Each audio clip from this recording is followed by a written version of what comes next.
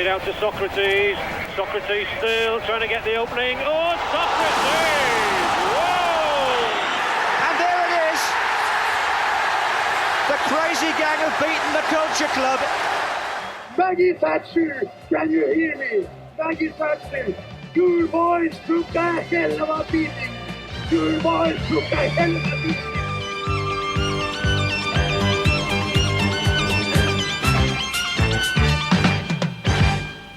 Welcome to what is Module 3 of Your Boys Took One Hell of a Beating. I've resisted the temptation to say that in my worst Norwegian accent possible.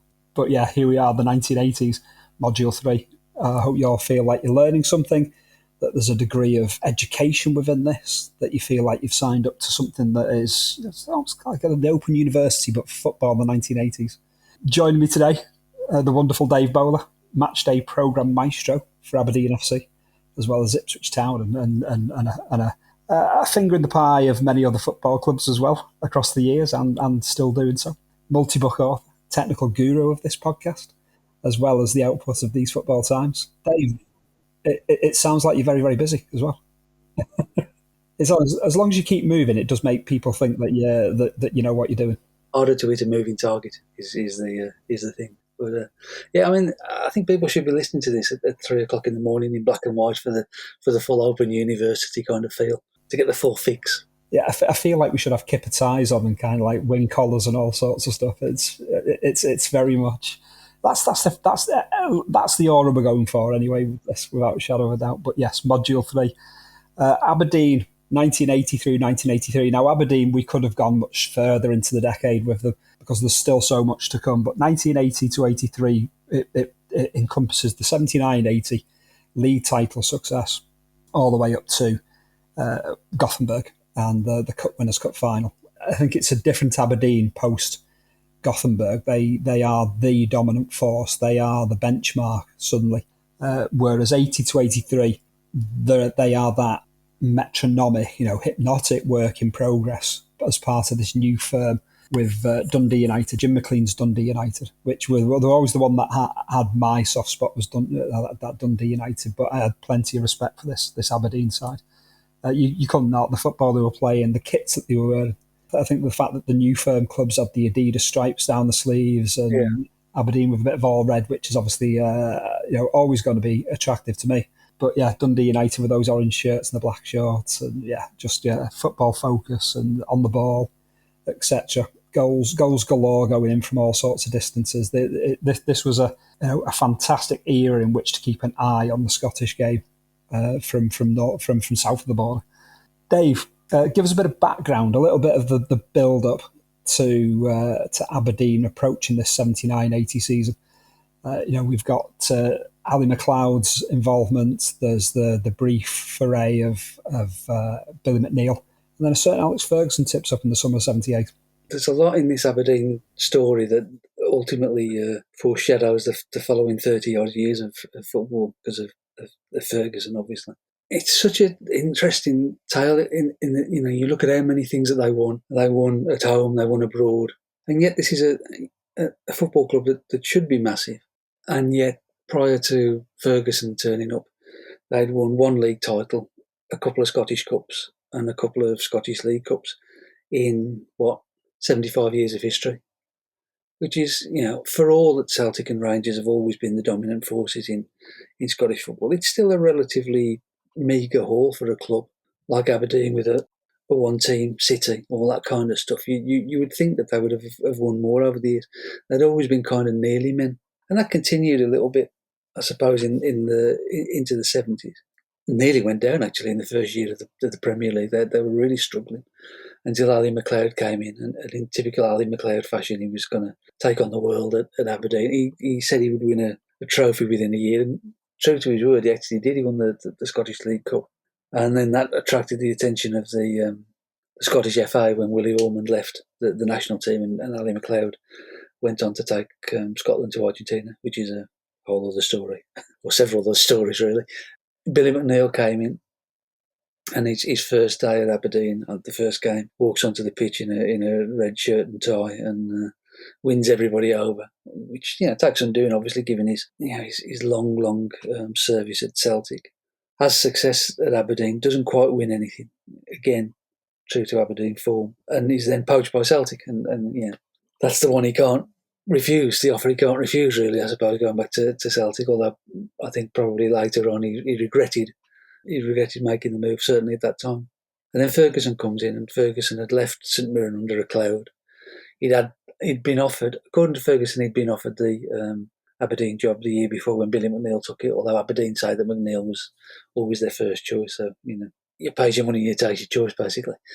Ferguson thought he turned it down because he thought he could turn St Mirren into something special, which, with all due respect to any St Mirren supporters, listen to this, on the crowds that you would get at St Mirren, it's an incredibly difficult thing to do. And I think 12 months later, he thought, I've dropped one here. And when the Aberdeen chance came along again, there was no messing about. But I think the big thing with Aberdeen as well, it was a very go-ahead football club at that point. Dick Donald, the chairman, Chris Anderson was one of the directors. They were looking across to America. They went, as soon as Ferguson joined, they went on a fact-finding mission to the NASL for a couple of weeks to see it, about the sort of the razzmatazz that they were bringing to football. And equally, this is the point at which Aberdeen becomes a centre of the oil industry. So there's a bit of money floating around the city by now.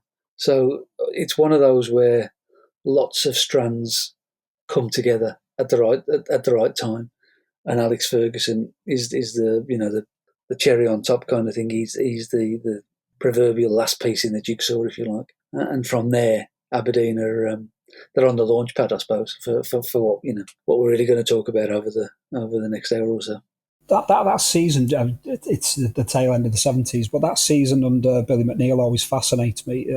They push Rangers close in the Premier Division, and they reach the Scottish Cup final that they lose to the same opponents. That, by rights, that's two huge blows for a football club that, as we've said, have been perennially been nearly men.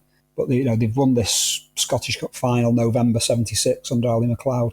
But suddenly, that's one hell of a blow to miss out on the title. That's another seismic blow to lose the cup final. And then another to lose McNeill to Celtic, just at a point in time where everything seems to be trundled along quite nicely. That fork in the road of 78, the summer of 78, it is one of the great, one of the great forks in the road in football. In Scottish football, for a provincial club, for anybody that is in Celtic or Rangers, a lot of things have got to come together for it to work. You've got to have all of the right people in place. You've got to keep them for long enough. And also, and again, no disrespect to any of the other clubs in Scotland, but you also have to have a period where Celtic and Rangers aren't quite getting it right. Because if they do get it right, with the resources that they have, they're always going to win. Celtic and Rangers were routinely getting sort of 40 and 50,000 people in the ground. Aberdeen could only get 25,000 in. So every home game, that's £20,000, 20,000 people times however much they're paying at the gate, extra money that the big two clubs are getting. So, Billy McNeill was unfortunate because that was still a very strong Rangers team. It was the Jock Wallace team that won 2 trebles in the 70s. And Ferguson came in just at the point as that team was just beginning to go past its peak. Celtic were sort of rebuilding a bit from the mid-70s. So there was a little bit of a window of opportunity there. Not much, because again, they've still got the wherewithal to go and get better players or spend more money in the transfer market, all those kinds of things. But for people who look at Scottish football now and have perhaps only known Scottish football for the last, 20, 30 years, the gulf then wasn't quite the gulf that it is now. Nowadays it's just ridiculous, isn't it? Since Aberdeen won the league at the back end of the 80s, nobody other than Celtic or Rangers have won the league. It's very rare that anybody else even wins a cup. So, you do have that little window of opportunity in the late 70s coming into the 80s. And Aberdeen, and that's Ferguson, that's the board, that's the players, they absolutely wring the bloody neck of it. While that opportunity's there, they soak it for everything that they can get out of it. They could barely have done any more than they did, to be perfectly honest. They maximise everything. And that's the nuts and bolts of the story. It's that ability to maximise that opportunity. Well, this build up to 79-80, though, there's still more disappointments to come. Spell out the Billy McNeill season where, everything is agonisingly within touching distance and they miss out. Ferguson leads Aberdeen to 2 Scottish League Cup finals before this league title success, where, again, they walk away with runners-up medals. I don't know, that concept of one club, one entity, taking so many hits in that respect, so many near misses. Was the, 1979-80, did it kind of, we'll come to it as we go along, return in terms of the running. What's the pressure on Aberdeen in certain respects in 79, 80? I'm looking at in respects of, by the time we do get to the running, the playing catcher, does that do them a favour in some respects? It's a really mixed bag of things, that whole period. I mean, what Aberdeen have done, and this includes Ali McLeod, it includes Billy McNeil, is put together a really good team, a lot of really good players. They've already got, before Ferguson turns up, Willie Miller has come through the ranks and he's in the team. They've brought in Steve Archibald, they've brought in Gordon Strachan, they've brought in Stuart Kennedy, who are terrific players. So that there's a nucleus there, and through that, you got to remember who Alex Ferguson was then before he became the Alex Ferguson now that we think of now. He'd left St Mirren under a cloud, all kinds of allegations of various wrongdoing and punch-ups with the players and all that sort of stuff. And that first season he had at Aberdeen, he was constantly saying, well, at St Mirren I had this player, I had that player, we did this, we did that. And a lot of the Aberdeen players didn't have very kindly to it. You've got Willie Miller, who's obviously a very strong character. You've got old stagers like Joe Harper and Drew Jarvie and Bobby Clark and so on. There was a lot of talk about of dissent in the dressing room, and I think Ferguson had to change how he was coming into that 79-80 season. But as you said, losing that League Cup final in December would have been a massive blow, because the first game ended 0-0 and they should have won that. And that's the general feel, is that they should have won the game. And then they lost the replay 3-0. And that's just before Christmas, in a period where they didn't play in the league for a month because of the weather, which is why they end up playing catch-up at the end of the season. And I spoke to Bobby Clark about that season once, and he said to me, after they'd played the replay with Dundee United and lost, 3 days later they played St Mirren in the league, and the game was actually on. It was the first league game they'd played in a month. The day after the League Cup final, they came in and Ferguson was there waiting to greet every one of them. And there was no, long faces. It was, right, okay, come on to the next one. Let's get going again. And that to me feels like the start of Alex Ferguson in a lot of ways. It's that, okay, well, there's nothing we can do about that one, but we're going to win the other two. We're going to win the cup and we're going to win the league. And we start again on Saturday and we keep going. And then they beat St Mirren in front of a crowd of, that was half of what they were ordinarily getting at that point. And that gradually moves them along. And then something really happens to the Aberdeen team between then and the end of the season. Because the way that the league works, and I have to look at my fixture list here, but the way that league works, I mean, Aberdeen have a great run. By the 5th of January, they play Morton and they lose 1-0 away, and they had a terrible record against Morton. But that's only the 16th game of the season. They've got 20 more games to go in the season, and that includes playing Celtic 3 times. They draw with them at home in January, and at that point you start to think, well, this isn't going to happen. And then they start putting a run together.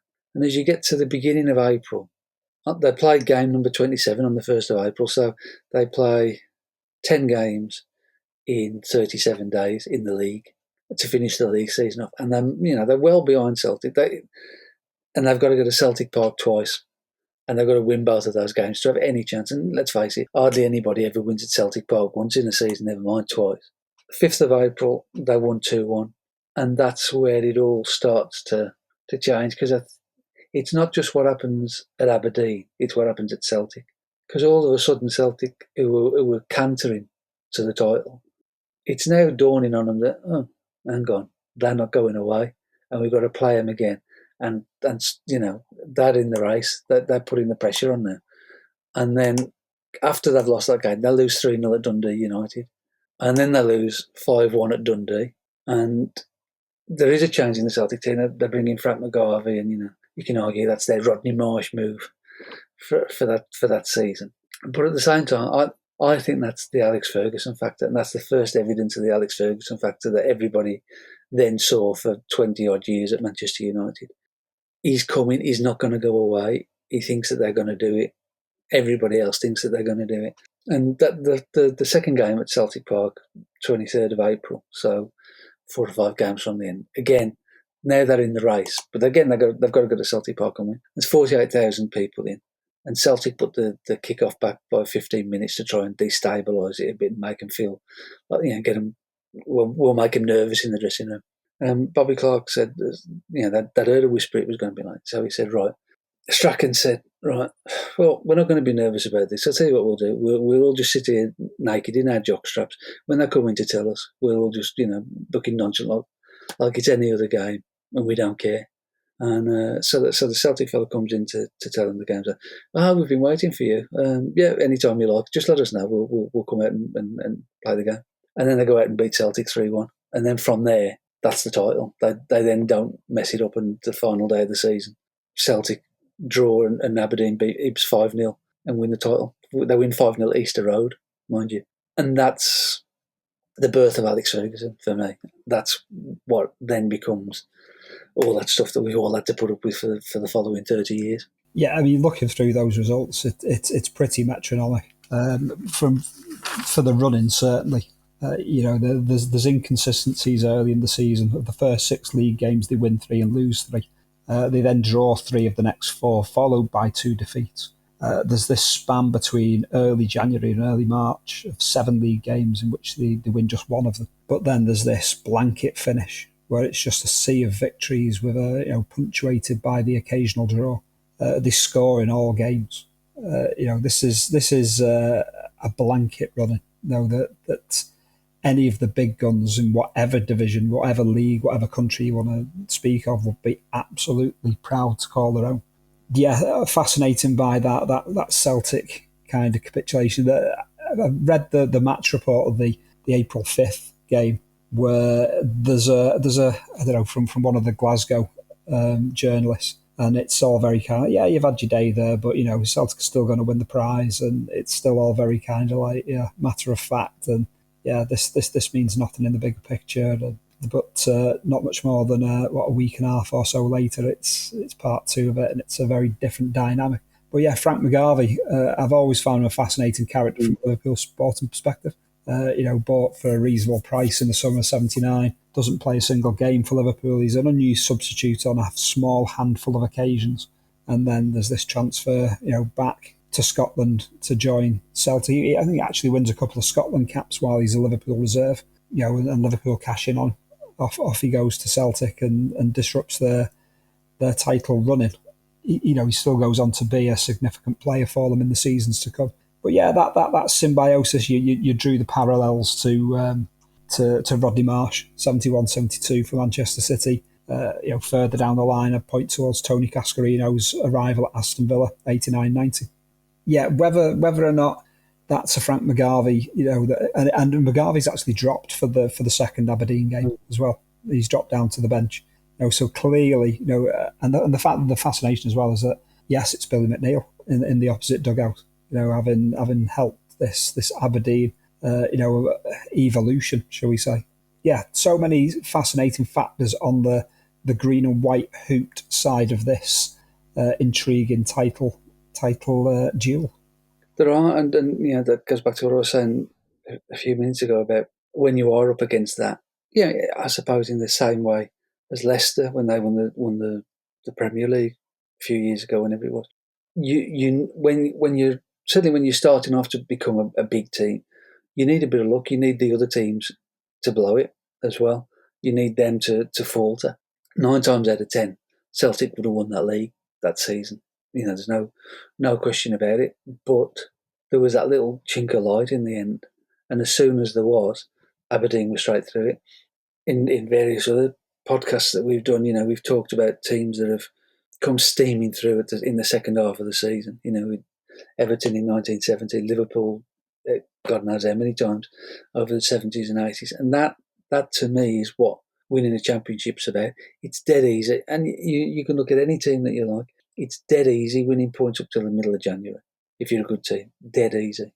Because everybody's playing without thinking about the league tables and without thinking where they are.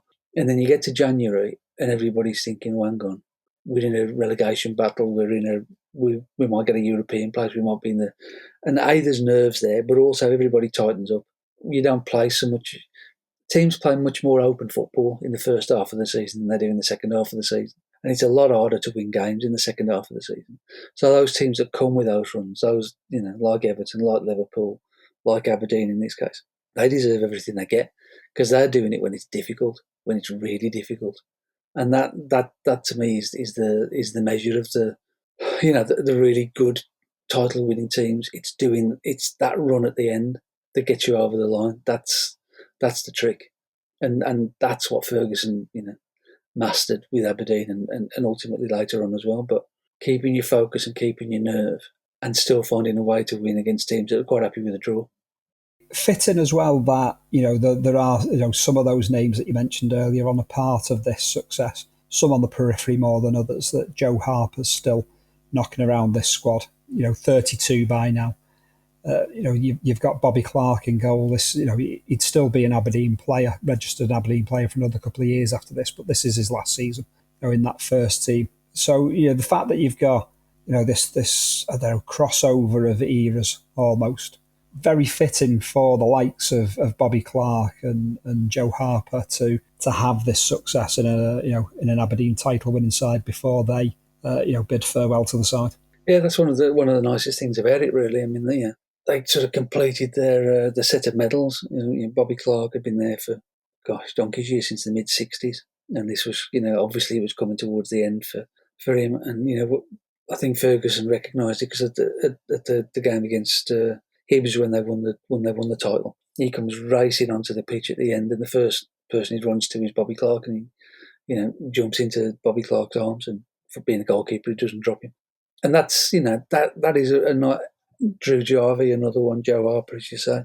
That's a really nice touch to this season, that those people deserved to get that title. And I think that's one of the things that's a shame in Scottish football now. That there are a lot of really good footballers in Scottish football who do a great deal for the game, at various clubs. In terms of Aberdeen, for instance, you might talk of Andy Considine, who eventually got his couple of Scottish caps towards the end. He played 600 odd games in Scottish football, and because he's not at Celtic and Rangers, ended up with one medal for that whole career. And then, I find that a bit sad, really. It's the nature, it's what Scottish football is now. But it's great that these guys get their recognition, they do get their medals, and that was a really nice part of the season. The opposite side of that coin is that they've just won the league, and now you've got to start thinking about replacing Bobby Clark and Joe Harper and Drew Jarvie, having got to the top of the mountain, and that's a whole other test, isn't it? It is, and you're throwing on top of that. Obviously, they've drawn attention to themselves, and there's Steve Archibald is cherry picked from the summer of 1980 by Tottenham Hotspur. There are a lot of interested eyes located on Gordon Strachan, who has an excellent season as part of this title success. Bobby Clark, went to the 1978 World Cup as one of the backups to Alan Rough. Quite interesting that by the time the next World Cup rolls around, another Aberdeen goalkeeper is one of the backups to Alan Rough, and it's Jim Leighton. Leighton plays a couple of games in this title-winning success. He's very much the next man in line. There is that that intrigue of seeing kind of like the green shoots of the players who are to come through, as well as this. You have that nice mix of, yes, there's the Drew Jarvies and the Joe Harpers, the Bobby Clarks having their moment in the ultimate spotlight as far as Aberdeen are concerned here. But you've also got this emergence of Jim Leighton and before there's Neil Cooper chipping in with a game. You have Stuart Kennedy approaching the peak of his powers. He's only in his mid-20s, so he'll be part of this. He's been part of this late 70s side that's been a Nearly men and all of that, but he would still be front and centre of everything, the vast majority of what's to come in the 1980s. Andy Watson plays a part in this side. John Hewitt, is creeping through bit by bit. It is a fascinating landscape that Aberdeen have at this point in time, but as you say, there's a lot of work to do, and 1980-81 kind of plays into that. There's the title is dispossessed from them with relative ease, although they finished in as good of a position as they can do without winning the league. There's early domestic cup exits, or relatively early domestic cup exits in 80-81. There's clearly some kind of injury crisis going on in midfield, 80-81. And there's a small matter of 2 games in the European Cup against Liverpool, Bob Paisley's Liverpool, in 80-81. This is I don't know, after the success of 79-80, 80-81's a steep learning curve. Absolutely, it is. I mean, we'll come on to the Liverpool one in a minute, and I'll leave that to you, because I think that's one of the most significant games in Aberdeen's history, although it obviously doesn't go well for them. But again, talking about Ferguson, he's fortunate in some of the players that he inherited. He's also fortunate in terms of the youth system that they've got at Aberdeen. I mean, Alex McLeish has just come through in the 79-80 season. And then you've got these other guys, Neil Simpson, Neil Cooper, John Hewitt, Jim Leighton, they were just beginning to push through. And he's got that quality, but he's also got the bravery to use them. Now, in this year, he didn't win anything with kids now, but it is a step on the way. I mean, Jim Leighton, he wasn't sure about Jim Leighton. He brought a goalkeeper in from Belgium, Mark de Klerk, as well, who scored in the League Cup. He scored from a goal kick in the League Cup, but obviously that wasn't enough to persuade Ferguson that he was the one, because Jim Leighton's basically becomes the goalkeeper for the season thereafter. And you look at that, and all of a sudden you've got most of that team that you would name as the Aberdeen team of the 80s. But of course they haven't got that experience yet. Jim Leighton is playing his first full season. Neil Cooper's beginning to come into the picture, but he's only a kid. He plays 8 or 9 games that season. Neil Simpson gets 15, 16 games. Strachan misses a chunk of the season. So, I mean, somebody who could have helped him out in midfield is missing. And obviously the goals aren't quite there because you've lost Steve Archibald, who was doing really, really well as a goal scorer. Mark McGee is your main man now, 17 goals across the season. And that was one of Ferguson's signing. That's the first Ferguson signing that's really making his mark in the team. As you say, finishing second was probably as good as they could get that season. With being what we would call a transitional season there, and also being the team that everybody's gone in for. They're not just Aberdeen now; they're the league champions, and that changes everything. But it's in the context of where they're going to go and what they're going to be. It is that Liverpool, those 2 Liverpool games in the European Cup that do it. I mean, when they drew Liverpool, I mean, the city went berserk. There's fantastic photographs of people waiting to buy tickets that snake all the way around Pittodrie and up into the hills and stuff. 24,000 people. Of course, talking about Aberdeen being a progressive club, they're the first all-seater stadium in Britain by this point, which unfortunately means that they can only get 24,000 people in the ground. So, they could have got 124,000 in for Liverpool, but that's another story. But they were genuinely taught a lesson by Liverpool. And at this point, I'll hand over to you. Absolutely. I can always, and I'll never forget that McDermott goal at Pittodrie. It's just one of my all-time favourite. I'd say, as a Liverpool supporter, we all disciples of the king himself, Kenny Dalglish. But then we would be allowed to have kind of like a favourite player beyond Kenny Dalglish, because Kenny was the king. Kenny's the king. Here's your favourite player. Who's your favourite player? And the vast majority of us would pick one of the players from that majestic midfield of Souness, McDermott, Ray Kennedy, Jimmy Case. And for me, it was always McDermott, because his running off the ball was just unreal.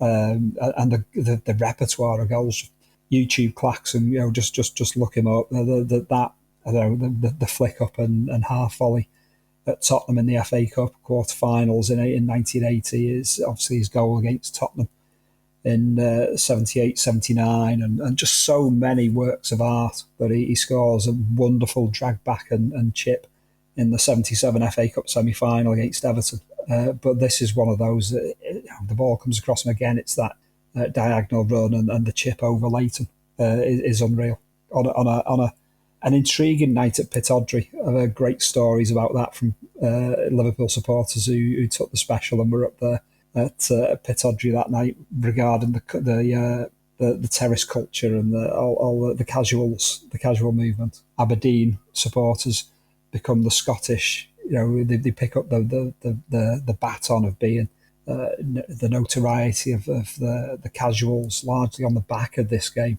as the Liverpool fans all tip up in the Sergio Tacchini and the Lacoste and everything, and so on and so forth. I can always remember a friend of mine saying that they rolled into Aberdeen railway station, and they could hear them before they could see them, expecting a bit of a boisterous welcome, shall we say. And he said as they appeared at the top of the gangway, he said it was just like a phalanx of Billy Connolly's, all in the chunky knit sweaters and all this type of stuff, and the beards. Everyone's the big yin, basically. And but then they stop in the tracks because this vision of Liverpool supporters was not what they expected, and it turned it diffused the situation from being a potential flashpoint to being a kind of a get together over sartorial elegance. And by the time Aberdeen fans tip up at Anfield a fortnight later, sure enough, there they are in the Adidas tracksuits and the Sambas and the Gazelles and the Munchins and all of that. And this is where it had stemmed from, this Liverpool Aberdeen coming together in the autumn of 1990. But yeah, that McDermott goal, just a working art, and always my go-to Liverpool away kit as well, with the white shirt, the V-neck, the Umbro one, and all that. It's what I grew up on, and I always look to that game more than I do the Anfield game, which I was actually at as a kid. The 4-0 was don't remember much of it apart from how cold it was and that we run a few goals past them. But yeah, an evocative set of games. But from an Aberdeen perspective, this is a game that stands Ferguson. As much as the pain that was involved in a 5-0 aggregate drubbing, basically, within less than 2.5 years later, or just over 2.5 years later, there's a Cup Winners' Cup on the sideboard at Pittodrie, and obviously there's still more to come in Ferguson's own personal repertoire. But this is kind of like this is a grounding for him, and it's a lesson in how it's done. He clearly takes the lessons that Bob Paisley has handed to him and his team. Yeah, it's a sobering set of games for Aberdeen, but it is integral in the evolution as a European force. You can look at most clubs who have gone on to European success and find some kind of epiphany, some kind of lesson that they've learned. Whether that's Liverpool with Red Star Belgrade in 73, 74 European Cup, Ajax going further back to the 66, 67 European Cup. A lot of clubs will point towards that salutary lesson, and this is the one for Aberdeen and Ferguson, isn't it? Absolutely, it is. I mean, I can't remember what the aggregate score was at half time. I think it was possibly 4-0 or 3-0. Drew Jarvie said in the addition, "Don't worry, lads, we only need 3 quick goals and we're right back in it," which was never going to happen. But yeah, it is the education. It's the keeping hold of the ball. It's the not letting the other team get involved. It's the quietening the crowd. It's all of those cliches that we know about Liverpool in the European Cup, in that sort of imperial phase that they had in the late 70s into the 80s. And Ferguson took a lot from that. He took a lot from West German football as well. He was devoted to West German football. He'd quite often go and watch the Bundesliga when he could, if Aberdeen weren't playing or whatever. But it's the pace at which they learn. This is the 5th of November, 1981. A year later, they're duffing up Ipswich over 2 legs and properly beating Ipswich, who were the UEFA Cup holders at the time. That great Ipswich team, the Muren, Tyson, Butcher, Walk, etc., etc. That team, 12 months later, they're absolutely tearing them apart. And Bobby Robson completely underestimated the task, because when they'd drawn 1-1 at Portman Road, he came away saying, they'll never be able to play that well again.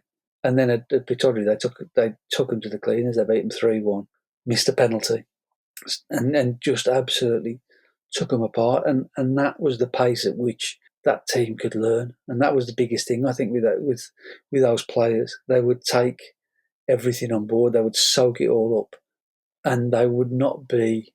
We talked about the disappointments that they'd had in previous seasons. When they did lose, they didn't go off into a slough of despond and just shrink up and die. they came back for more, and they came back better every time. And yeah, you come into the 81-82 season when they did beat Ipswich, and by then Fergie had gone back to St Mirren and brought Peter Weir on the wing, and Ferguson did call in the last piece of the jigsaw. He was a tremendous player for him. He was the outlet ball down the flanks, great crosser of the ball, setting up loads of goals for the likes of Hewitt and McGee. And that again was another evolution on from there. So you come into that 81-82 season, and again they just miss out on the title, but they win the Scottish Cup, which obviously is crucial in the end.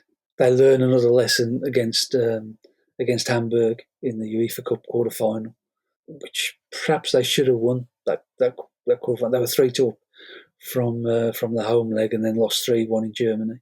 Maybe they should have done better there, but again, that was another piece of that learning thing. Neil Simpson's played another 30-40 games by then. Neil Cooper's done the same. Alex McLeish the same. John Hewitt the same. You're beginning to have a team that, although they're young, they're not kids anymore. It's a mature team starting to form there. And that 81-82 season, you can see what Aberdeen is about to do. It's that we're not quite there yet, but we're coming for everybody, and that's the season that really puts the stamp on it.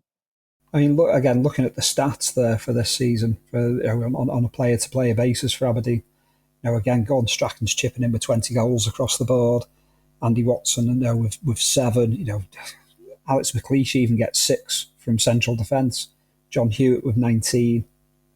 Peter Weir, as you say, excellent player on the wing, still manages to cut in for 8. Drew Jarvie, knocking on a bit now, but he's still there with a couple of goals as well.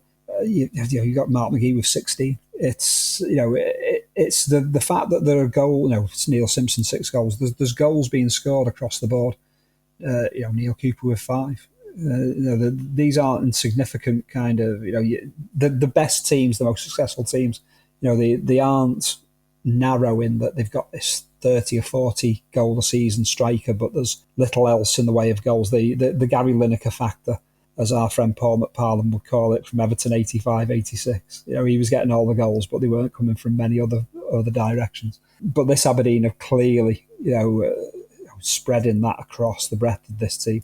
And as you say, again, this is a campaign in which another European lesson is taken at the hands of HSV, who go on to reach the UEFA Cup final that season, losing out to IFK Gothenburg. They, within a year later, would be champions of Europe, winning the European Cup final against Juventus, which would later on bring them in onto the radar again of Aberdeen in the Super Cup, which we'll come to when we're tying up a little bit. But yes, again, a league season in which there are some inconsistencies here and there. They do lose their opening 2 games quite cataclysmically, 4-1 away to Dundee United, 3-0 at home to Celtic. But then they have a run of 8 games where they win 6 and lose, draw 2. But then it gets a little bit patchier again, November into late January, maybe even kind of like the early exchanges of February, where there's only 1 win in the league. And that comes against Partick Thistle at home. So those early inconsistencies, which kind of run all the way up to the late February, before this incredible running that they have over the course of the last 15 or 16 games, where they win the lot apart from 1 defeat away at Morton. This is where Aberdeen really find their legs as far as those crucial big winning runs go. And to be part of that is that this run to Scottish Cup success. They've gone through Motherwell, knocking out Celtic at Pittodrie, Kilmarnock, and then it's St Mirren in a replayed semi-final before this incredible result against Rangers at Hampden. This is an unremitting Aberdeen at this point in time. The defeat to HSV has come in December, late November, early December. The 2 legs of that game. By the time Aberdeen pick up the pace, March, April, May, they're pretty much unstoppable, and that bears fruit in that incredible Scottish Cup final, 4-1 against Rangers. it's always fascinating to me, and again, from an English perspective, we probably don't think about this enough, how difficult it is for Aberdeen, particularly in those days, with different pitches and probably harsher weather than we get now, although people listening in Aberdeen will be laughing as I say things like that. But yeah, again, that season, from the 5th of December to the 30th of January, they didn't play a game in the league. They had 2 months off in the league, virtually. And again, from February onwards, they're playing, their last 20 league games inside, 3 months, essentially. Now, I suppose you can argue that, well, they're perhaps a bit fitter because they haven't played so many games in the first half of the season, I suppose. They've got a bit in the tank. But to then have to draw all that out of the tank in that such a concerted run is amazing. It is 3 hours further north than Glasgow. They do get more games postponed up there. Pittodrie is right on the North Sea, so the weather can be pretty ferocious there. So, I mean, that's something else that they have to, you have to take into account with them. But as you say, that run at the end of the season it's unbelievable, isn't it? From March through to the end, 15 games, 14 wins, one defeat, which of course had to come at Morton where they always lost. And it's the changing of the guard then that it represents a little bit, particularly in terms of Rangers. I mean, Aberdeen and Rangers fans, they absolutely hate one another, properly hate one another. And I think a lot of it stems back to this era. That cup final really is Aberdeen saying, right, you've had your day, now it's our turn.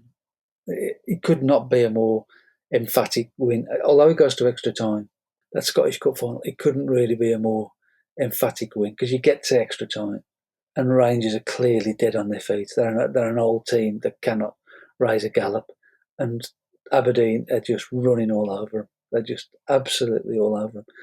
Gordon Strachan has a tap in from inside the 6-yard box because nobody can get back. Neil Cooper goes and closes the goalkeeper down. The ball ricochets off him back towards the goal. And Cooper's there on his own. He follows the ball in from about 4 yards out, absolutely laces it into the back of the net, and then celebrates in front of the Rangers fans. That is the signature moment in a lot. For all that's going to come on in 82, 83, that in a lot of ways is the signature moment of Aberdeen saying that we're the masters now, kind of thing. And it's.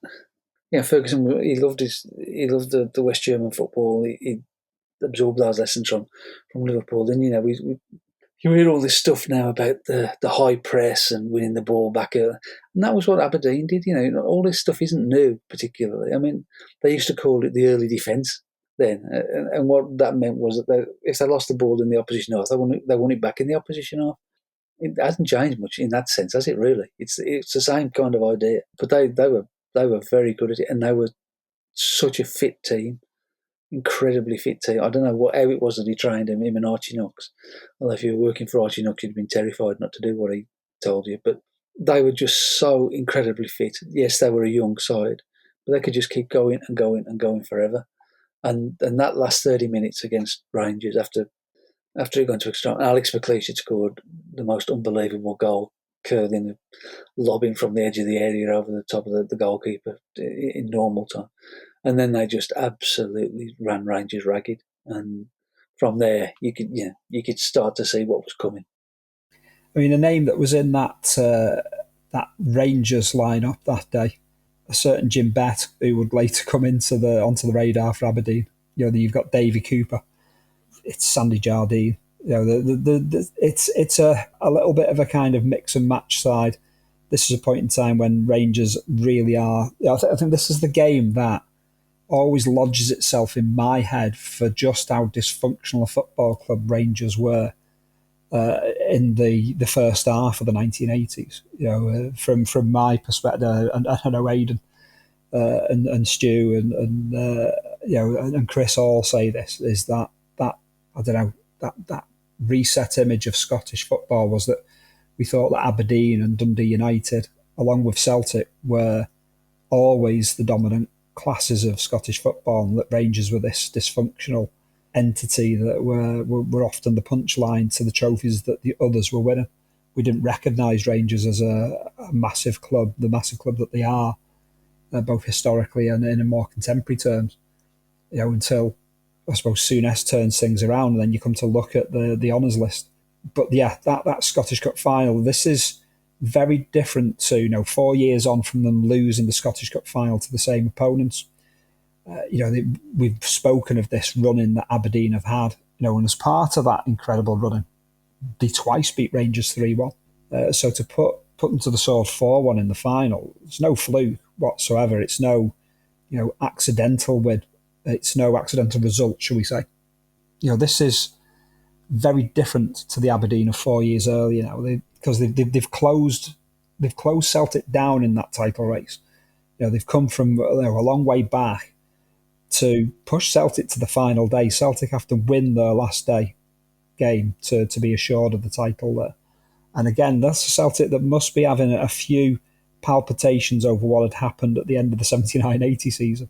But despite falling just short in 81-82 in terms of the Scottish Premier League, to 7 days later after the end of the league season, to go to Hampden and roll Rangers over is a very different response to the one that came in 78 in losing the title on the final day, and 7 days later losing the Scottish Cup final. This is an Aberdeen of immense resilience by now. They've got such fantastic characters all the way through the club. Dick Donald at the top as the chairman, Ferguson himself, Archie Knox, Willie Miller, Alex McLeish. I mean, these were people that weren't going to be beaten by anybody. They weren't having it. They were in the game. They were in football to win. That was the only point of being in football. And you've got Ferguson at the top of all that.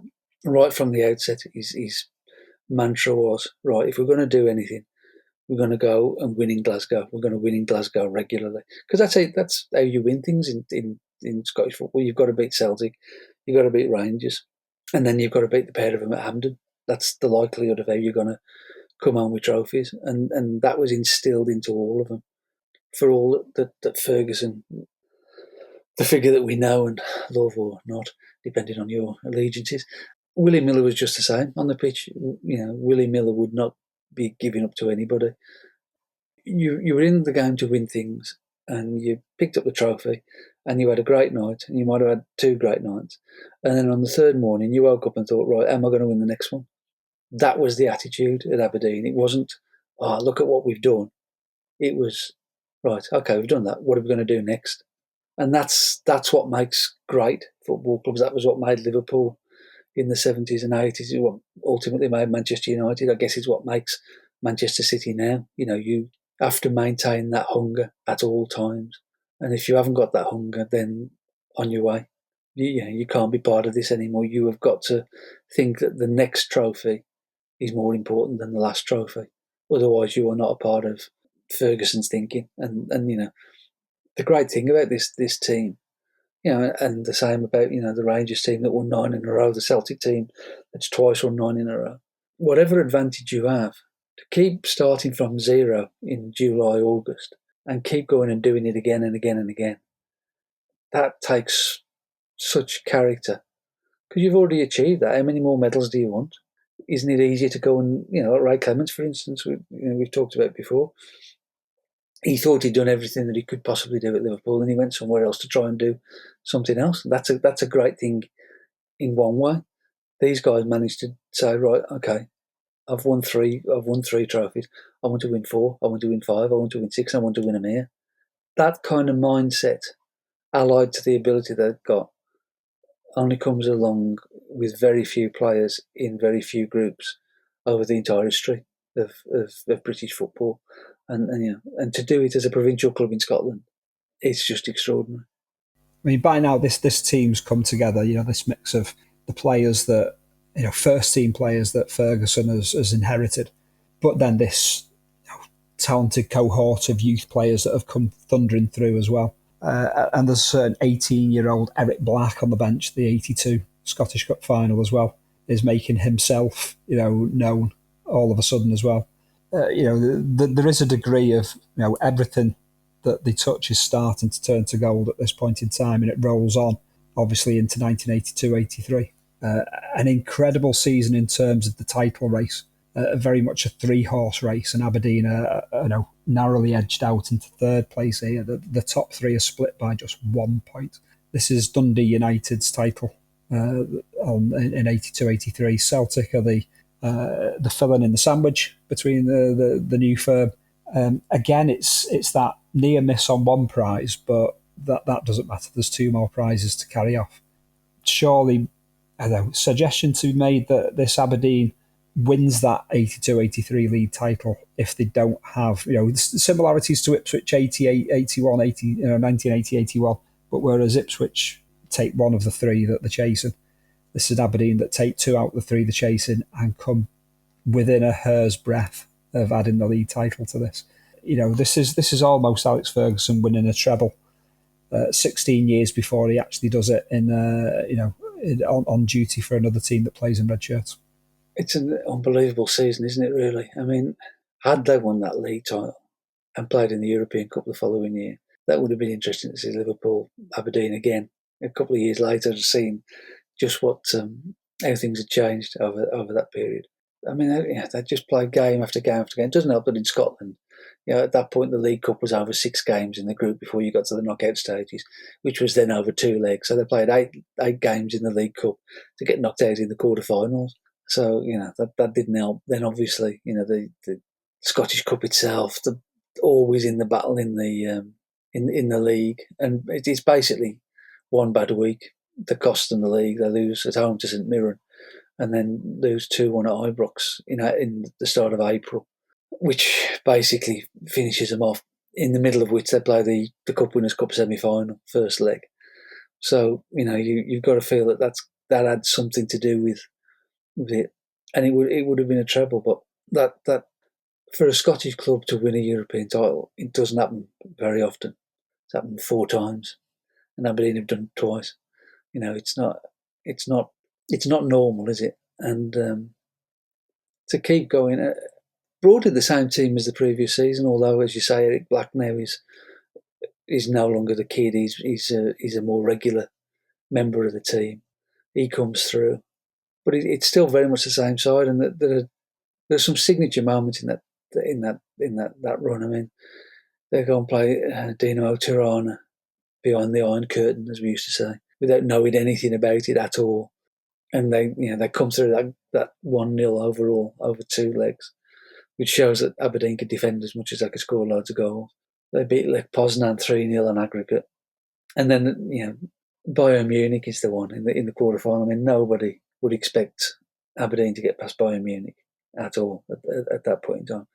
And they got the 0-0 in the first leg away from home in Munich. And even then, the Bayern players were saying to him after the game, you've done really well, but you didn't get a goal. So, with your away goals, you've got no chance now in the second leg. Which famous last words. And then that is if you talk to any Aberdeen supporter, that is the great night at Pittodrie, that second leg where they come through and win. Having been 2-1 down, I think with about 15-20 minutes to go against Bayern Munich, you've got to win the tie now because of the away goals, and to actually come and do it is just the most extraordinary achievement. Really, that's the great win on that whole run.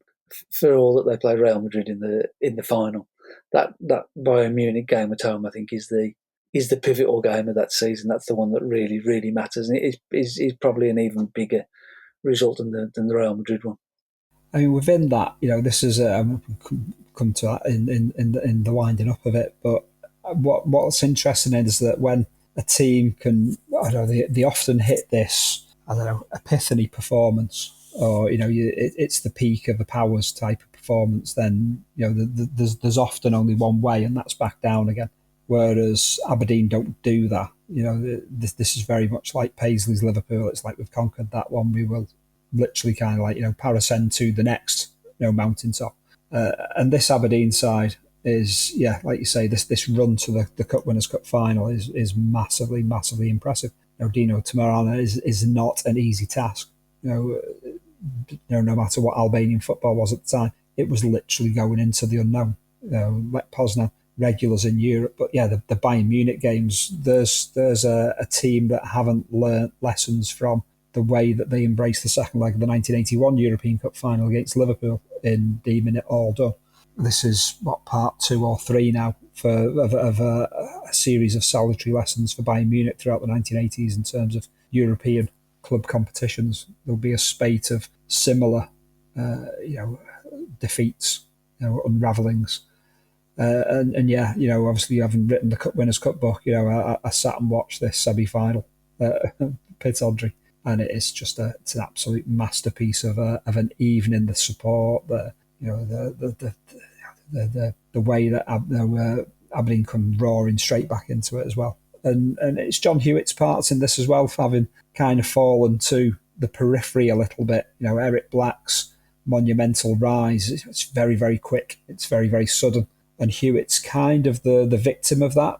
He's the victim of Black's success. But it's quite fitting that, in the end, come the final, we'll mention this in a bit, talk about the final in a little bit, it's the two of them that get the goals. But yeah, going back to the league campaign, this is they are, again, very consistent, apart from two very noticeable spans. They win only one of the first four. There is that section between March the 19th and April the 9th where they lose 3 out of 4 in the league, which is quite damaging. But between that, March, April span and that stuttering beginning, they only lose once, and that's at home to Celtic on December the 11th. And then they pull themselves together for the running, the last 6 games where they drop only 1 point, which comes away at Hibs. What's telling is the goal difference. I always say when it comes to league titles, you can have a season where more than one winner would have been, highly deserving. Points can sometimes tell a mysterious story because so much of it depends on when you play in certain teams. One team can play a team when that opposition is on full throttle. Another team can play the very same club and they're in the depths of despair. But goal difference is one that just doesn't tell a lie. It doesn't. You can't have any kind of shadowing, or there's no grey areas when it comes to goal difference. And there you've got Dundee United plus 55 goals, Celtic plus 54 goals, Aberdeen plus 51. The points being 56, 55, 55. That is as close of a 3-horse race as there could ever possibly be. We'll undoubtedly do a podcast on Jim McLean and Dundee United. That has to be done at some point. There will be a module on that. I will put the word module in there. I like the word module, Dave. Yeah, but for Aberdeen to have that, such an incredible turn of events there to lose out there. But it's and that league kind of like the final day. It's just a few days after Gothenburg, and the Scottish Cup final is still to come. Gothenburg, though, I think they can be forgiven for being ultimately the third wheel in this title race, given the events of Gothenburg just 3 days earlier. Yeah, I mean, you're absolutely right. What you're saying about Ipswich in 81, it is that. Just so many games and so much different focus that however highly tuned you are, it's looking. I mean, it's not luck because it's 36-game season, isn't it? You make your own luck, and the team that deserves to win it wins it. That's how it is. But that St Mirren game on the 2nd of April where they lost 1-0 at home, win that game, they win the league. Win that game, they would have won that game 9 times out of 10. But the 2nd of April, they were looking at the semi-finals as the Cup Winners' Cup 4 days later. I don't care who you are; it's got to take your focus away slightly, hasn't it? It's standards, isn't it? It's that setting of the standards, and it's. We'll go on to it when we talk about the Scottish Cup final, so I'll leave it for a minute. But standards are the key thing, and Ferguson drove them, and that game against Real Madrid. It's a funny one, that final, because I mean it's the last European final that Real Madrid lost, still 40 odd years ago, and beating Real Madrid any time is one of those great ultimates. It isn't a great Real Madrid team by any stretch of the imagination. And probably Bayern Munich were a better side. And in the sense of the achievement, beating them over 2 legs was probably better than beating Real Madrid. But this is completely unknown territory for Aberdeen. I mean, they've had a pretty moderate history in Europe up to that point. I think 1 quarter final the previous year in the UEFA Cup, and that's it. They've had some good nights in Europe. They've played the likes of Juventus and stuff like that and done well. But nothing that marks them as a European power of any stretch of the imagination. And then you're playing in a final, and you're playing against Real Madrid, the greatest European team that there was, if they're not greatest European club that there was, shall we say, if not the greatest team at that time. That's an intimidating thing to go at, and perhaps that was the big advantage, because for a change, they weren't the favourites; they were the underdogs, because it was Real Madrid. Certainly, the weather did them a favour. The pouring rain was slightly more normal in Aberdeen than it is in Madrid, so the pitch was probably good for them. But I remember watching the game. I remember it all coming through, and it was, and I think this is partly because of what British clubs have done, English clubs in particular, have done in Europe over the preceding 4 or 5 years. They just didn't think that Aberdeen could lose it somehow, because Villa had won the European Cup, and Liverpool had won umpteen European Cups, and Forest, and Spurs had won UEFA Cups, and all that stuff. West Ham in the Cup Winners' Cup. So there's no way that Aberdeen aren't going to win. And I think if you watch back the game, they are the better team. They deserve the win unquestionably, and that they are playing a very modern kind of football. You would recognise the way that Aberdeen play today, wouldn't you? It's not a. They're not lumping the ball 75 yards and running after it, which was the British caricature of the time. Yeah, they're playing progressive football. It is what we now call a high press and all of that sort of stuff. But they've got, you look at the people in that pit, they've got such good players, really top-class players, who've kind of been forgotten subsequently outside the environs of Aberdeen itself and Scottish football probably in general. But they're terrific players. Jim Leighton was a really great goalkeeper, had his reputation sullied by that FA Cup final at Manchester United. But he was a terrific goalkeeper for years and years and years. Willie Miller at that point, was there a better defender in the world than Willie Miller? I don't know. I'm not sure there was anybody better in the penalty area than Willie Miller, as Ferguson said. That triangle that they'd got with Leighton, Miller, and then Alex McLeish, that's not very easy to score against. They were unfortunate that Stuart Kennedy got injured in the semi-final and basically ended his career, because he was a terrific fullback as well. Then you start looking into the midfield, and you got Gordon Strachan, international, went on to play at Manchester United, top class footballer. Simpson and Cooper knew exactly what they were doing. They'd dig in, they could run forever. Peter Weir, terrific winger, really, really good old-fashioned winger, a very typical Scottish winger, the ball player, get the ball down, get to the byline, get the crosses in. McGee and Black up front, great goal scorers.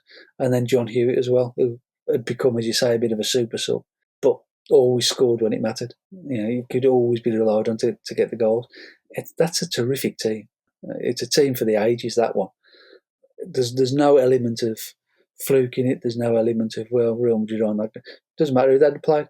And as I say, it's a shame that they didn't go on to play in the European Cup the following season, because I think they would have gone a lot, depending on the draw and all of that. But there's every chance Aberdeen would have gone all the way in the European Cup the following year. Absolutely. I think from a Liverpool perspective, Liverpool's quite pleased it wasn't Aberdeen who were in there. But yeah, totally. I remember watching this game. Yeah, you're right about feeling that there's no way Aberdeen could lose, because it's just what certainly English clubs were doing at the time, was winning European finals, and there was no reason why Aberdeen shouldn't be able to do that. I mean, that Real Madrid side, they were just 2 years on from the 1981 European Cup final. Yes, the better vintages of Real Madrid, much more pragmatic at this point in time, but it's still a side with a certain Johnny Method in there. We'll have to do a module simply on that goal he scores against West Ham. There's Jose Antonio Camacho, Ricardo Gallego, who will be part of that incredible Real Madrid side that sweeps through the second half of the 1980s, domestically at least. Uli Stielica, it's Juanito and Santillana up front. This all led by Alfredo Di Stefano. Now, Di Stefano, his coaching career goes under the radar compared to his playing career, but he'd led Valencia to 1980 Cup Winners' Cup success against Arsenal. This is a season in which they finish runner-up in the league to Real Sociedad. They reach and lose the Copa del Rey final. They even reach and lose the very short-lived Spanish League Cup final. I think it only runs 3 years. early to mid 1980s, and then lose this Cup Winners' Cup final as well. An incredible season in that respect for Real Madrid in being the runner-up in absolutely everything that they go for. So yeah, that Real Madrid side, while not the greatest of vintages, certainly not a pushover by any means on a very, very saturated night in Gothenburg. But yeah, Aberdeen were magnificent that night, and it was one of those games as well.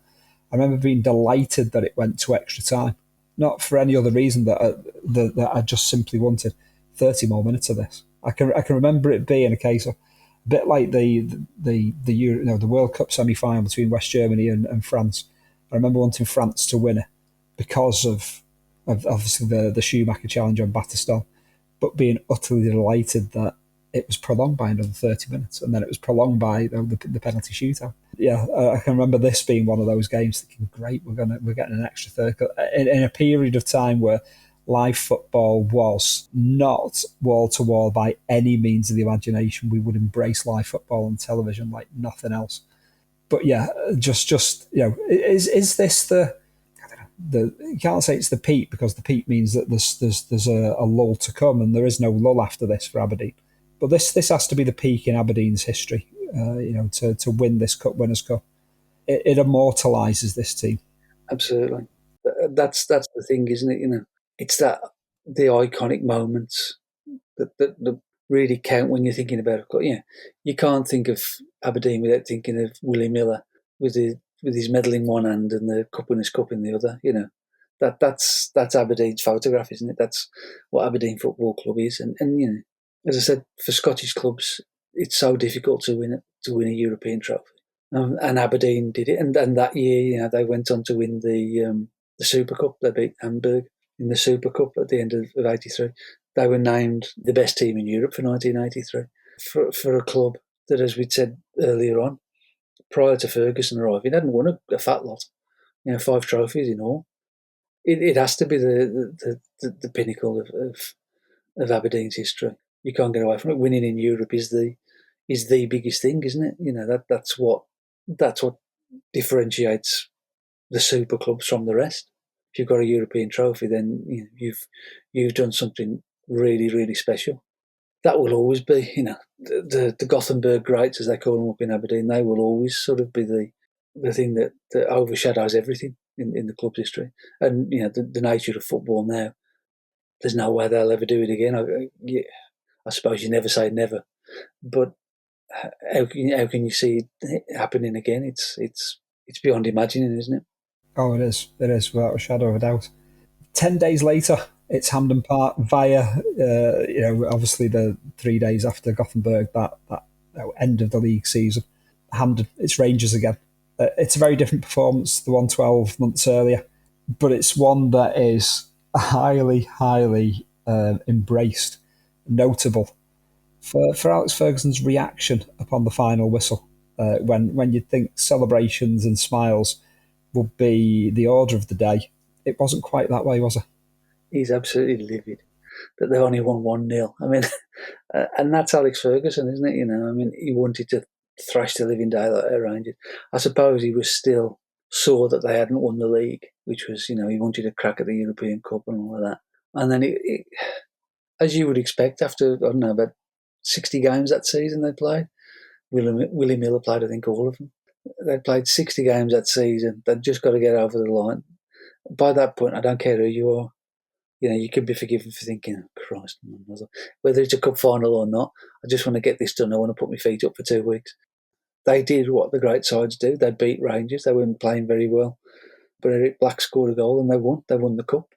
And then on live television after the game, Alex Ferguson calls him a disgrace and lays into him for not winning in the right way. And if people think that this is a standard good enough for Aberdeen, they can think again and all of that.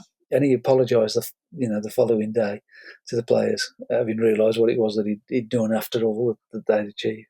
By which time it was a bit too late, and the relationship was never quite the same again. But that is, that's what I was going to say about standards. You only achieve what they achieved. You only achieve what Manchester City are achieving, what Manchester United have achieved, what Liverpool achieved in those great periods by having the highest standards and never letting those standards slip ever under any circumstances. And that, again, that's the drive that made it. I wouldn't call Alex Ferguson the greatest manager in British football, because I think managing is a bigger thing than just winning football matches, which is why Bill Shankly is the greatest manager in British football. But Ferguson is certainly the most successful manager in British football, and that's why, because nobody could ever let their standards slip for 1 minute, because if they did, they would get the full blast, and people were always intimidated by him. And I don't know if it's of a different era or what now. We hear a lot about in football clubs bullying and all that kind of stuff, and we must put a stop to it. We've got to look after people, and all that mental health stuff, I think, is absolutely correct, and we have got to have greater care for people. At the same time, it is the most competitive industry there is anywhere in the world, I would say, because you are judged on what you've done on Saturday afternoon, and there's millions upon millions and millions of people watching you, and there has got to be a certain ferocity about the way that you approach that and the way that you drive people, because that's how success comes, isn't it? You've got to drive people on to want the absolute best, and I don't think for 1 minute that Ferguson would be allowed to get away with now some of the stuff that he got away with that Aberdeen team, and probably in his early years at Manchester United, the hairdryer, the throwing the tea urn at people, and all that kind of stuff. But at the end of the day, it won stuff, and what's the trade-off? I don't know. I mean, that's one of the great unanswerables, I think, now for me. But if you talk to, when they unveiled Ferguson's statue at Pittodrie 3 years ago, whatever it was, all that team turned up. Even Gordon Strachan, who's has had umpteen arguments with Ferguson over the years, particularly at Manchester United, they all turned up. They were all there. So whatever he said to them, and however much he shouted, and however much he made life unbearable, they counted the medals at the finish, and they were there for his day. So it's a very interesting conversation that will continue to evolve, I think, because the way society's changing and the way we think of these things. But it worked for him. Absolutely, it did. 10 trophies across the span of his time. 10 major trophies across the span of his time as Aberdeen manager. Across the whole breadth of Aberdeen's history, they've won 19. He's responsible for more than 50% of the trophies, the honours, the major honours that Aberdeen out there. And then within that, touching on Bundesliga and Ferguson's, love of Bundesliga. Touch of the Borussia Mönchengladbachs about them in some respects. In that, there was a team in the 1970s that won 8 of their 10 major honours came within that decade alone. In that Udo Lattek, Hennes Weisweiler era. It's very much eye the storm. There's, Clough at Nottingham Forest. There's just that chemistry in football that will provoke these, successes of specifically those eras. It's hard for that to happen now. But, an era of the 1980s, it still has that capability to be able to, for teams to be able to pull something like that off by being well run, organised, and if needed, led by a very scary dictator in football in terms. Across the seasons to come, Aberdeen would just go on to more success. There's league titles in 84, 83, 84, and 85, 86. There's a double thrown in there as well in 85, 86. And of course, he eventually moves on to other things. But yeah, the fascination of Aberdeen, it's definitely the lead up to that 83 success in the Cup Winners' Cup, isn't it? It is, and there's always that thing about the first time as well, isn't there? The first time for most of the supporters. I mean, they'd won the league since, was it 54, 55? So when they won that first title, it was the first time they'd ever seen the title won. For a lot of them, that's got that sort of little bit of extra magic, and then you add into that the fact that it broke the monopoly of Celtic and Rangers. That 80-83 period is unquestionably the best, because you are breaking down the barriers, and once you get to the top of the mountain, it is harder to stay there than it is to get there in the first place, I think, by and large. But it's never quite as exciting again because you've done it once. And you want to keep doing it, and that's fantastic. But it hasn't quite got that same thing as the first time you ever won it. I mean, I'm sure at Liverpool, that 1977 European Cup final is the one that's most fondly, for all the dramas of the other European Cup win. That one in '77 is the one because it was the first time that it was won. For Man City, it will always be that one when they first won it. It's just how it is, But as you say, that 10 trophies, and you can say that he also then put down the foundations for a couple more that they won in the wake of him leaving. In the context of Aberdeen's history, it's an unbelievable achievement for him, for the board, and for the players. It's just magnificent, I think, and not many other clubs can, other than the Giants. Not many other clubs can point to anything remotely like that. Oh, without a shadow of a doubt. Moving on to our "and finally" section of the module.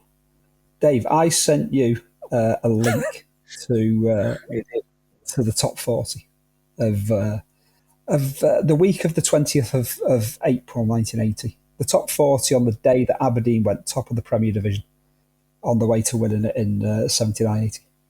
Have you had a chance to glance through that top 40? It's a glorious top 40 as well. I know, I'm impressed by it. Which song, and because it's so good, I'm going to allow you more than one. Which songs in particular from that chart are you going to record illegally from Radio One and the top 40? Well, the number one that week was Call Me Blondie, and I vividly remember at some point in the late 1970s, my daydreams changing from lifting the FA Cup at Wembley to getting hold of Debbie Harry's hotel room key. So, Dixie's Midnight Runners, number 2, Gina. I know. It's impressive. It's a pretty good chart, but Going Underground, the Jam's in there. I mean, given the podcast that we did, we ought to have My Perfect Cousin, given that it mentioned Sabutio. Yeah, absolutely. I mean, I'd Talk of the Town as well, The Pretenders at number 9. Yeah. What else have we got there? We've got Turning Japanese. Yes. Is in that seemed to be on the top of the pops every week at the time in 1980, I remember. Happy House, Susie and the Banshees. Elvis Costello, It's too much, really. I mean... you are spoilt for choice on this one, Dave. Absolutely spoilt for choice. But which one in particular do you think you'll plump for? I think at the time, it probably would have been Dexys Midnight Runners, Gina. But it still is now, I don't know. I remember getting one or two of these from for 35p in the bargain bin in Woolworths in Wednesday. Coming Up was one of them. I think. They were the days. Excellent stuff. Moving on to the cinema. Domestic box office for May 1983. This is as Aberdeen are winning the Cup Winners' Cup. Which movie are you going watching there, Dave? There's a fair old choice. There is a lot of films that you wouldn't believe that I've never seen, like E.T. I've never seen E.T. Wow. Hard to imagine, isn't it? But I mean, I'm tempted for Local Hero in case we could get Hayden doing a bit of singing. And, I think overall I'd have to go with The Meaning of Life, Monty Python, inevitably. That's it. Yeah. Oh, absolutely. I mean, as part of this box office hits, you've got Poltergeist, the re-release of 1983. Rocky III as a re-release in at 27. Got Friday the 13th Part 3 re-release in at 22. Local Hero is at 23. We've got E.T. at 16. Gandhi at 15. Porky's re-release 1983 at number 13. We've also got Tootsie, Dustin Hoffman, number 8. We have Flashdance at number 3. Blue Thunder at number 2. Star Wars Return of the Jedi at number 1. Moving on to our next one. Dave, a non-footballing event that made an impression on you. I mean, I did say summer 1980, but 1980 across the board. The summer of 1980, absolutely sport for choice. I mean, you got the Borg McEnroe famous final that went on for about 3 days. Then you've got the Olympics, which Daley Thompson's Olympics. I was particularly pleased to see Steve Ovett beat Sebastian Coe because I couldn't stand Sebastian Coe. And when he went on to become a Tory MP, I was completely vindicated in in that year. But the Olympics were spoiled by the fact that Coe came back and won a gold in the 1500 metres, so I had to toss that. I think the thing that I remember most from that summer was the centenary test, England-Australia at Lord's. And they'd had one in Australia 3 years before, which had been a fantastic game and a brilliant occasion. It had ended up with the same score as the very first test. Australia won by 45 runs. And of course, we were all looking forward to this. And it turned into an absolute disaster. It rained for a couple of days. The umpires wouldn't bring the players back out in glorious sunshine.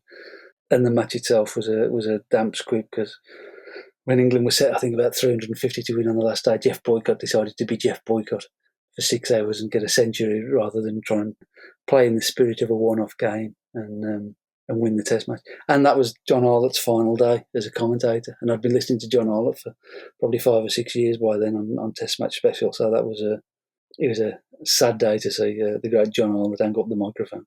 So probably that's the one that I remember most, for not necessarily for particularly great reasons, but it made a big impression, I think. Excellent choice. Impressed with that one. Next up, I'm going to go for the TV of the night of the European Cup Winners' Cup final. If the Cup Winners' Cup final wasn't on, Dave, which was broadcast on ITV, 7 o'clock start in the build-up to the final. Obviously, later programmes did run late because it went into extra time. Had it not been the Cup Winners' Cup final on TV that night, and we'd have been looking at, say TVI or something equally as unwatchable on Armchair Thriller, something like that on ITV. Your alternatives, what you would have gone for out of this selection? On the BBC, you've got the Circus World Championships. See the world's greatest circus performers competing for top honours in the finals. Literally thrilling stuff, it says. This was followed by Dallas. This was the last episode of the series. You had the news, obviously the 9 o'clock news, followed by Max Boyce and Friends. BBC Two was giving you obviously a very interesting concoction of programmes. Bath, a theatre for pleasure or intrigue. The tourist resort based on bathing and gambling, followed by a news summary. Ebony, a special programme on the late Bob Marley, followed by Year of the French, and then Discovering Hedgerows, before One Night in Lincoln, which was a laugh-along show with Mike Harding. Over on Channel 4, your options would have been Channel 4 News, Brookside, 2020 Vision, followed by Visions Cinema, specifically extended edition looking at the works of Jean-Luc Godard. Also includes his Scenario of Passion, an account of making of his latest movie, Passion, which opens in London this month. Dave, what were you? We all see what we were spurred of watching that night, but had it not been the Cup Winners' Cup, what would have piqued your interest there? Christ, the football was on. We used to make our own entertainment in those days. I think the bit about Bob Marley. Bob Marley would have been hard to ignore, wouldn't it? I think I'm with you on that. Bob Marley would have very, very definitely been difficult to ignore. In terms of the back page headlines of the week leading up to Aberdeen clinching the title, so this is late April 1980. Final encounter. Wembley again insist happy Arsenal, heading towards that season's English FA Cup final. Spurs muscle in on Garth Crooks. Unsettled England under-21 striker could be heading to Spurs. West Brom, Nottingham Forest, Crystal Palace and Manchester United also interested. Rough Justice Justin, Norwich striker Justin Fashanu, was unrepentant last night about the butting incident that has jeopardised his soccer career. Fashanu faces a big fine, possibly as much as £500, and a reprimand from manager John Bond following the clash of heads with Bristol City defender David Rogers at Ashton Gate on Saturday. And that was the back page headlines from the Daily Mirror on the 28th of April, Monday the 28th of April. Any particular story there that's piquing your interest? Obviously, Garth Crooks to West Brom, Dave? Yes, that happened about 5 years later, by which time we'd had elocution lessons and forgotten how to play. Yeah, £500 is a massive fine. Can you imagine those days when £500 is a huge fine for a first division footballer? Absolutely, a massive fine for them. Dave, always brilliant. Pleasure. Aberdeen 1980 through 1983. I'd ask for a go-to image, but it can't be anything other than Aberdeen winning that Cup Winners' Cup, can it? Well, it's Willie Miller with the arms outstretched like Christ the Redeemer there in Gothenburg in the pouring rain. Fantastic. All that leaves me to do is say thank you for listening to Module 3 of Your Boys Took One Hell of a Beating, the definitive 1980s podcast, as we like to think. I don't think there's another one out there that just dedicates itself simply to that decade. Thank you for listening. Please spread the word. And a nod towards one of our sponsors, our only sponsor at the minute. We'll work on that. We'll try and bring some more sponsors in and do some retro adverts or something like that. But these football times are backing us as well. Thank you so much for listening. Do join us again for Module 4. Thank you and goodbye.